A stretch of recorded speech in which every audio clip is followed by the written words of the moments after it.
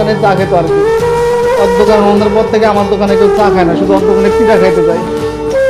এই জন্য আমি এই হিংসা করে এই কাজটা করি। ফোন চটকনা দে।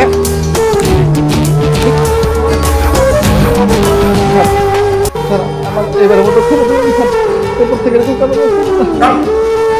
কোনো মাপ নাই তোর। চাচা, যেহেতু এলাকায় অনেকদিন যাবত থাকে, তাছাড়া আমরা নির্বাচনের পার্মানেন্ট ভোটার, এবার এই ভুলটারে ছোট একটা ভুল মনে করে কি বলতেছি? ঠিক আছে, কিন্তু বক্সার যে অপরাধ করেছে সে অপরাধের শাস্তি তো বেশি। তুই যতদিন নির্বাচনে আমার কাজ করিস না কেন, ওই শাস্তি আমি তোকে দেবো। আর শাস্তিটা হচ্ছে তুই আজকে পুরো মহল্লায় মাইকিং করে জানাবি, মহল্লার সবাইকে জানাবি যে এই পেট খারাপের পেছনে তোর হাত ছিল।